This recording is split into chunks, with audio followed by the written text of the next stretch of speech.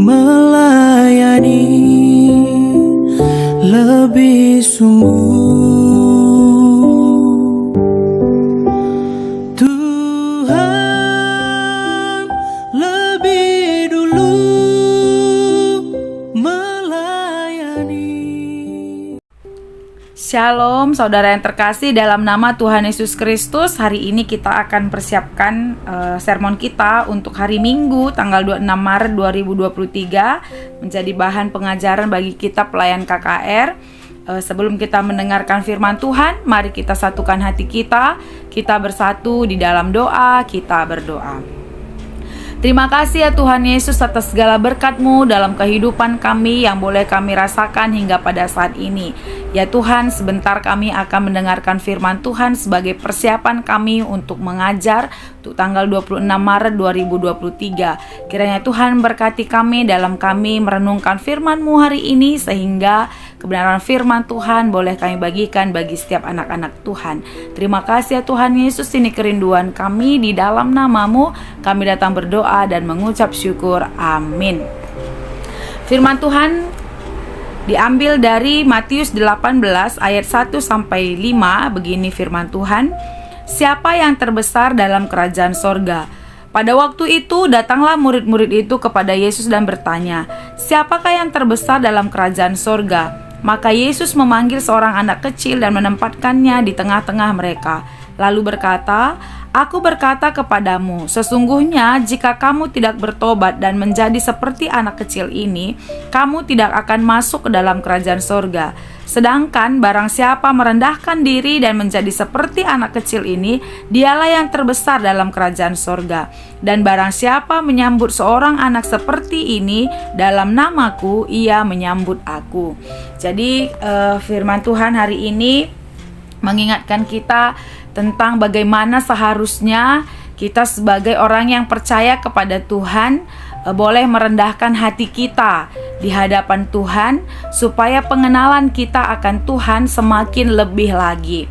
Jadi saudara yang terkasih, seringkali dalam pelayanan atau dalam kehidupan murid-murid Tuhan Yesus, ya, kalau kita perhatikan banyak sekali pertanyaan-pertanyaan yang diajukan kepada Yesus. Banyak sekali yang mungkin ada dalam pikiran mereka untuk boleh dipertanyakan kepada Yesus. Dan salah satunya adalah kalau disebutkan di sini, yaitu siapa yang terbesar dalam kerajaan sorga. Ternyata murid-murid Tuhan Yesus juga bertanya-tanya, siapakah yang terbesar di antara mereka, atau bagaimana syarat-syarat dalam masuk ke dalam kerajaan sorga.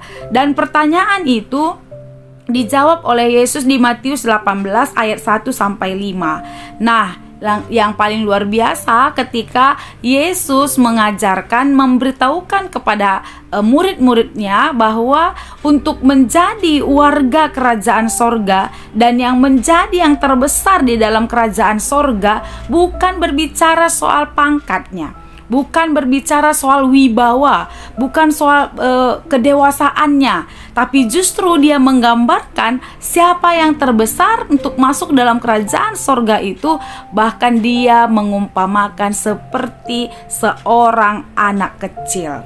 Yesus menjawab murid-murid dengan cara memanggil seorang anak kecil dan menempatkannya di tengah-tengah mereka. Padahal pertanyaan yang diajukan murid-murid adalah siapa yang terbesar.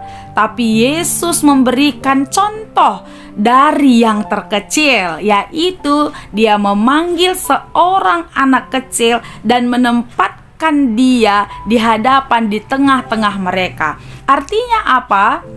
Ternyata pertanyaan yang besar tadi dijawab Yesus dengan sebuah tindakan yang mungkin tidak seperti yang diharapkan oleh murid-murid itu sendiri. Ketika Yesus menempatkan anak kecil itu di tengah-tengah mereka, mereka melihat ke anak kecil itu, dan kemudian Yesus menjelaskan, Aku berkata kepadamu, sesungguhnya jika kamu tidak bertobat dan menjadi seperti anak kecil ini, kamu tidak akan masuk ke dalam kerajaan sorga. Yang pertama Yesus mau ingatkan bahwa untuk masuk ke dalam kerajaan sorga itu adalah dengan mengalami pertobatan. Pertobatan yang lahir dari diri sendiri. Pertobatan yang artinya seperti anak kecil ini.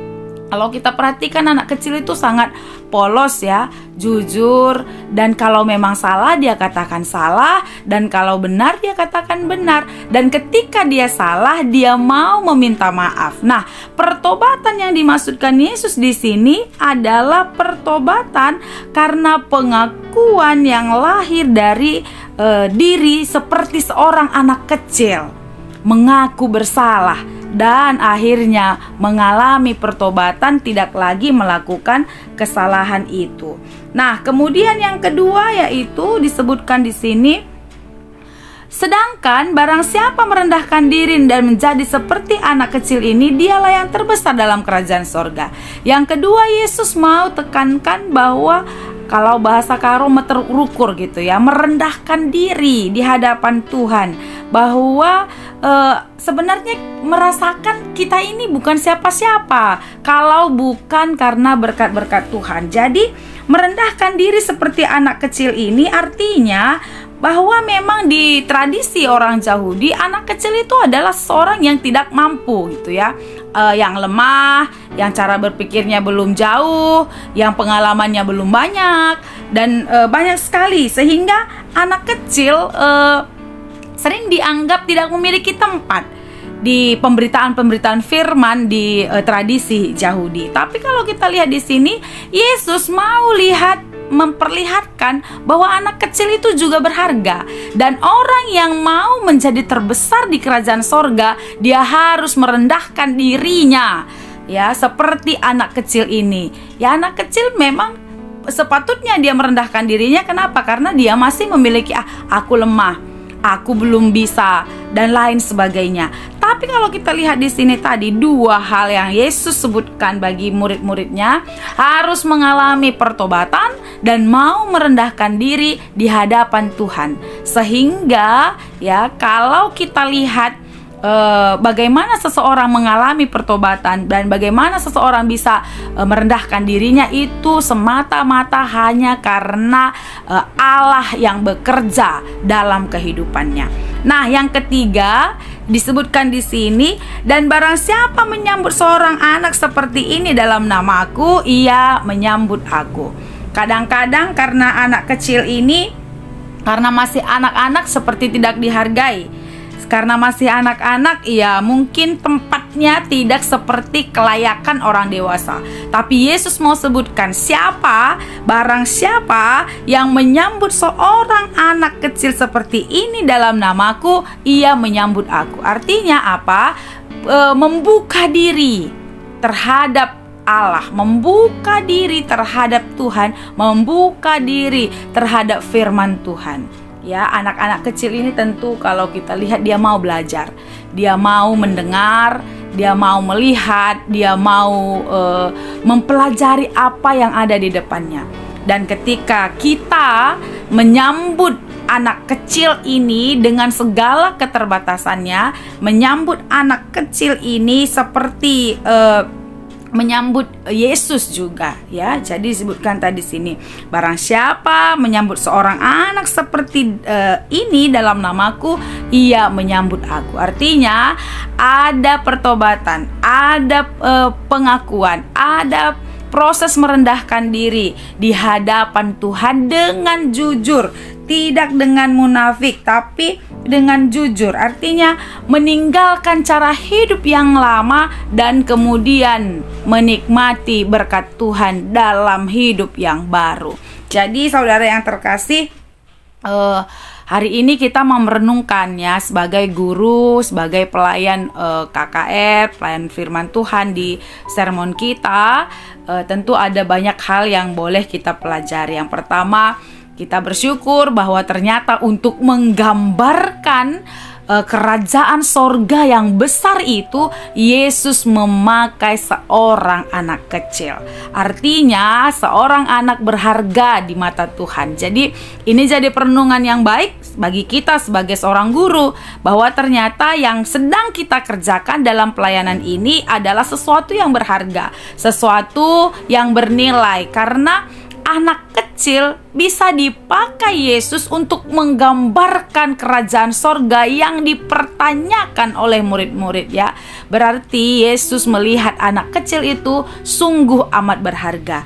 Jadi ini menjadi penguatan kita juga bersama, menjadi penguatan komitmen kita untuk melihat bahwa yang sedang kita kerjakan, pelayanan terhadap anak-anak ini adalah sesuatu yang berharga. Maka jangan putus asa, jangan mengeluh, tapi mari melihat, ya, berkat-berkat Tuhan dalam kita mengajar seorang anak kecil yang sangat berharga di mata Tuhan. Jadi semua anak berharga di mata Tuhan, dan anak dipakai Tuhan untuk menjadi model, untuk menjadi contoh, untuk menjadi jawaban dalam perumpamaan yang dia berikan kepada murid-murid. Maka bersyukurlah bahwa saat ini ketika Tuhan memberikan kesempatan bagi kita untuk bisa mengajar, untuk bisa melayani, maka marilah berikan teladan yang baik bagi anak-anak didik kita, karena ternyata anak kecil itu berharga di mata Tuhan dan dijadikan contoh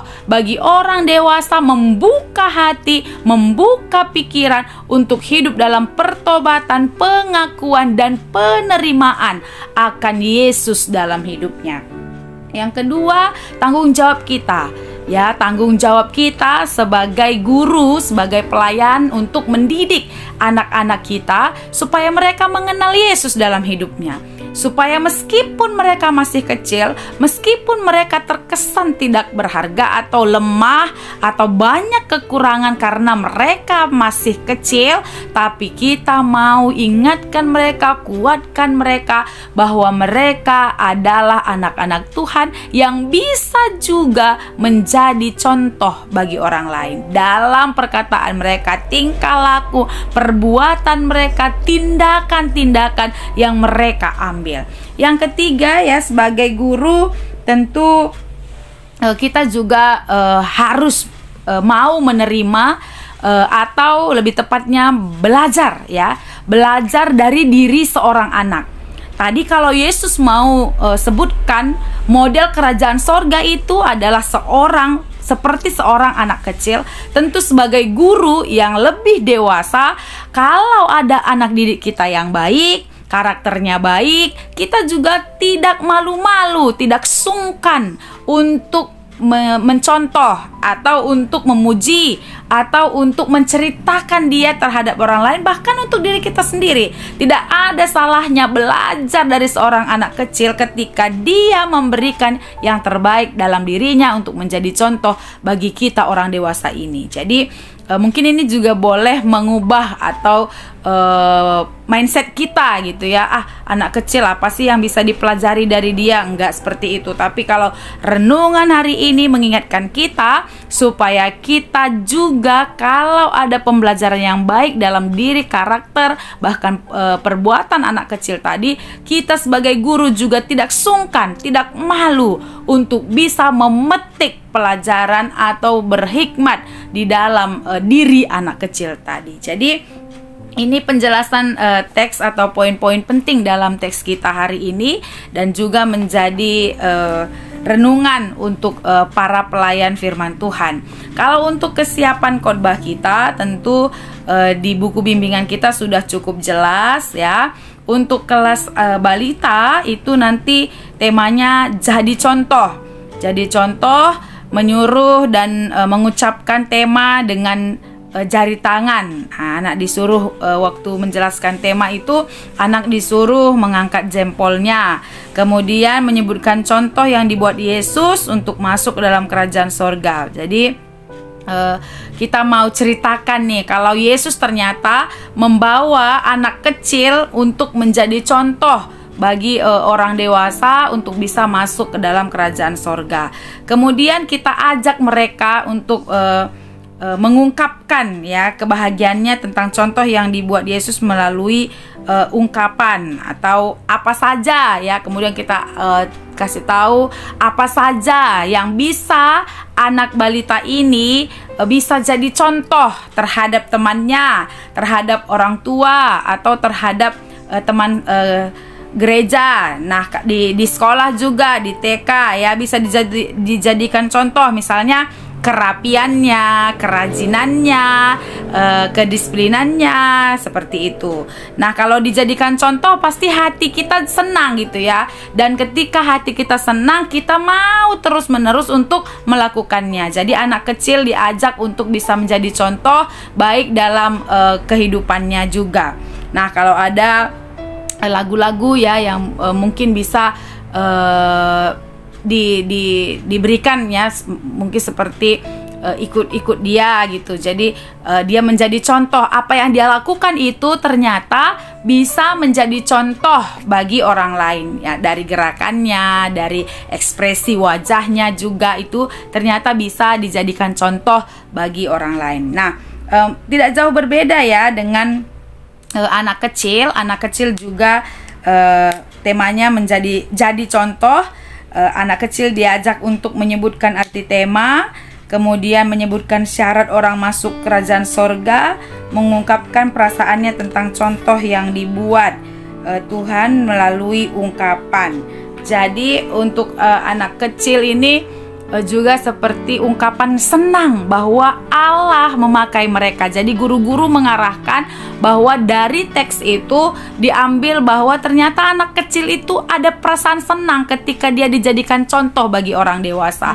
Dijadikan Yesus contoh karena apa? Karena dia berharga, karena dia bisa memberikan kebaikan bagi orang lain. Nah, di anak kecil juga bisa diungkapkan tadi ya, bagaimana dia tetap rendah hati. Nah, untuk anak kecil ini kalaupun dia sudah jadi contoh, dan dia tetap harus rendah hati, tidak boleh sombong. Nah, kemudian guru bisa ajak apa-apa saja yang bisa dicontoh dalam dirinya gitu. Yang dalam diri anak-anak ini apa-apa saja yang bisa dicontoh. Misalnya dari tadi kedisiplinan sekolah, berpakaian yang rapi, perkataan yang baik. Boleh juga diperagakan bagaimana sebenarnya perkataan yang baik, bagaimana sebenarnya kerapian dalam berpakaian, atau kedisiplinan dalam berdoa dan lain sebagainya ya. Itu untuk anak kecil bisa dijadikan contoh, atau boleh juga dipanggil ke depan ya, kira-kira ini contoh yang mana yang diberikannya gitu. Misalnya contoh untuk menggerakkan bagaimana memuji Tuhan, bagaimana bernyanyi, bagaimana bisa menjadi teladan gitu. Ya, untuk anak tanggung dan remaja itu temanya adalah model warga kerajaan sorga. Ya, jadi di anak tanggung selain menjelaskan tema, disebutkan juga tentang menjelaskan kembali tentang model warga kerajaan sorga.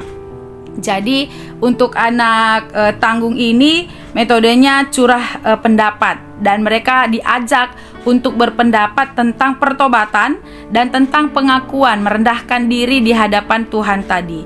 Ya, seperti anak kecil yang mengalami pertobatan, kira-kira apa yang mereka dapatkan dari teks ini gitu. Dan beberapa anak mengungkapkan perasaannya ketika melihat bahwa Yesus menjadikan anak sebagai model untuk masuk ke dalam kerajaan sorga. Ditanya juga perasaannya seperti apa ketika Yesus menganggap dia berharga dan menjadikan dia contoh bagi orang banyak gitu. Kemudian untuk remaja, model warga kerajaan sorga. Jadi untuk anak remaja ini, setelah dijelaskan tema, mereka mendiskusikan karakter anak sehingga dijadikan model warga kerajaan sorga. Jadi untuk anak remaja lebih kepada mencari gitu ya, mendaftarkan karakter-karakter apa yang ada sebenarnya dalam diri anak-anak ini sehingga dia boleh dijadikan menjadi model. Kira-kira apa anugerah atau karakter yang dimiliki oleh seorang anak sehingga Yesus mau menjadikan dia sebagai model, lebih ke dalam karakternya apa saja sebenarnya, misalnya kesetiaannya, kejujurannya, atau kemauannya, atau pertobatannya, misalnya ketika salah mau meminta maaf dan lain sebagainya. Di anak remaja itu lebih ke dalam mencari ya, mendaftarkan karakter apa sih sebenarnya ada yang tersembunyi dalam diri anak itu, untuk kenapa Yesus mau menjadikan dia menjadi model. Kemudian komitmen dalam diri anak remaja supaya bisa menjadi model.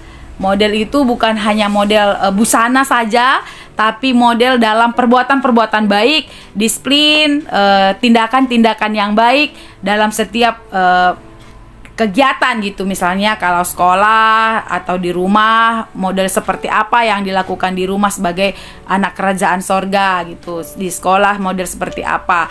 Dan boleh diajak juga anak remaja ini untuk berdiskusi apa-apa saja, gambaran model seperti apa saja yang harus ditunjukkan dalam kehidupan remaja, baik di sekolah, di rumah, dan di gereja. Jadi guru boleh mengeksplor lebih lagi pendapat-pendapat anak-anak ini, mencari karakternya, kemudian menjadi model, menjadi contoh bagi orang lain juga. Nah, ini dia ya saudara yang terkasih tentang bahan sermon kita hari ini. Kiranya persiapan-persiapan kita dalam melayani hari Minggu ini sudah semakin lebih baik. Boleh juga disiapkan alat-alat peraga yang bisa diberikan ya, supaya meriah, dan lagu-lagu yang bisa dipilihkan untuk anak-anak kita supaya lebih bisa mengeksplor dirinya, mencari karakternya, dan kemudian bisa menjadi contoh dalam kehidupannya. Jadi untuk menutup sermon kita hari ini, mari kita satukan hati kita berdoa. Terima kasih ya Tuhan Yesus atas berkat-Mu dalam hidup kami. Kami telah mendengarkan firman Tuhan hari ini dan mempersiapkan diri kami untuk sermon tanggal 26 Maret. Kiranya Tuhan berkati kami sehingga sermon ini boleh menjadi perenungan yang baik bagi kami sebagai seorang guru, untuk boleh mengajar dengan baik, bertanggung jawab, dan melihat anak-anak ini sebagai anugerah Tuhan bagi kami. Dan anak-anak ini boleh kami perkenalkan kepada Tuhan dalam kehidupannya, meskipun masih kecil, tapi dia bisa menjadi berkat bagi lingkungannya. Terima kasih ya Tuhan Yesus atas kebaikan-Mu. Di dalam nama-Mu kami berdoa dan mengucap syukur. Amin. Shalom dan selamat melayani bagi kita sekalian.